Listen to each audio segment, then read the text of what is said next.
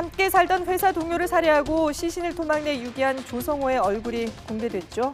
피의자의 신상 공개가 인권을 침해한다는 논란에도 불구하고 국민의 알 권리를 위해 공개한 겁니다. 지난 7일 오후 공개된 피의자 조성호는 건장한 체격에 후드 티셔츠와 청바지 차림의 평범한 인상이었습니다. 특히 강력 범죄자 같지 않은 외모 때문에 누리꾼들은 더 섬뜩하다는 반응을 보이기도 했는데요. 8, 90년대만 해도 흉악범죄를 저지른 피의자의 얼굴이 수사 초기부터 공개되는 일이 적지 않았습니다. 하지만 2000년대 들어 인권수사라는 단어가 강조되기 시작하고 경찰이 국가인권위원회의 권고에 따라 피해자의 인권을 보호하기 위한 직무규칙을 마련했는데요. 이때부터 현장 검증 등을 진행할 때 범인에게 마스크와 모자를 씌워주면서 얼굴이 공개되지 않도록 막아왔죠.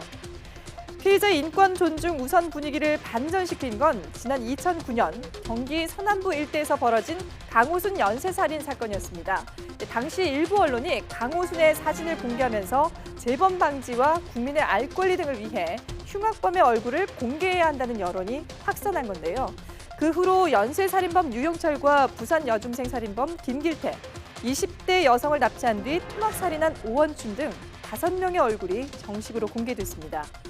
하지만 경찰은 자신의 부인과 두 딸을 살해한 서초구 세모녀 살해 사건, 피의자 강모 씨나 아이를 학대해 죽게 한 원영희 사건의 아버지 신모 씨의 얼굴 등은 공개하지 않았는데요. 이 때문에 공개 기준에 원칙이 없다는 비판도 일고 있습니다. 누리꾼들의 댓글 한번 살펴보죠. 사람만도 못한 이들에게 살해당한 피해자 인권은 왜 진작 보호해주지 못했나요?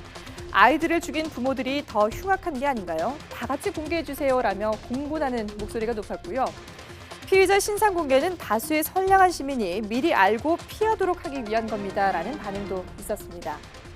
논란이 일자 경찰은 흉악범 신상 공개 기준을 마련하기로 했습니다. 국민의 알 권리 보장과 추가 범죄 수사, 유사 범죄 사전 예방 등을 위해 흉악범은 얼굴을 공개하고 단죄해야 한다는 목소리가 높습니다.